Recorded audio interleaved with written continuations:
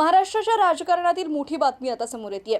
राष्ट्रवादी काँग्रेस शरदचंद्र पवार पक्षाच्या खासदार सुप्रिया सुळे यांनी पंतप्रधान नरेंद्र मोदी यांची भेट घेतली आहे। संसद भवनामध्ये सुप्रिया सुळे आणि पंतप्रधान नरेंद्र मोदी यांची भेट झाल्याची माहिती मिळते। या भेटीत नेमकी काय चर्चा झाली याबाबत आत्तापर्यंत विशेष अशी माहिती समजू शकलेली नाहीये, पण या भेटीकडे अनेकांचं लक्ष लागलंय। राज्याच्या राजकारण्यांसाठी ही महत्त्वाची आणि मोठी बातमी आहे। माहितीनुसार आपल्या मतदारसंघातील वेगवेगळे प्रश्न तथा राज्यातील शेतकऱ्यांचे प्रश्न याबाबत चर्चा करण्यासाठी ही भेट झाली होती अशी माहिती देखील आहे। महाराष्ट्राच्या राजकारणात सध्या प्रचंड घडामोडी घडतात। आगामी काळामध्ये राज्यामध्ये स्थानिक स्वराज्य संस्थांच्या निवडणुका पार पडणार आहे। या निवडणुकीसाठी प्रत्येक पक्ष तयारी लागलाय।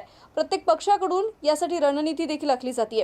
राज्यामध्ये महायुती विरुद्ध महाविकास आघाडी आता या संघर्ष निवडणुकीमध्ये पाहायला मिळण्याची शक्यता आहे। सत्ताधारी महायुतीमध्ये उपमुख्यमंत्री अजित पवार यांच्या नेतृत्वाखाली राष्ट्रवादी काँग्रेस हा पक्ष देखील आहे, तर राष्ट्रवादीचा दुसरा गट देखील आहे आणि सत्ताधारी गट आणि विरोधी गट यांच्यामध्ये नेहमी टीका टिप्पणी होत असते।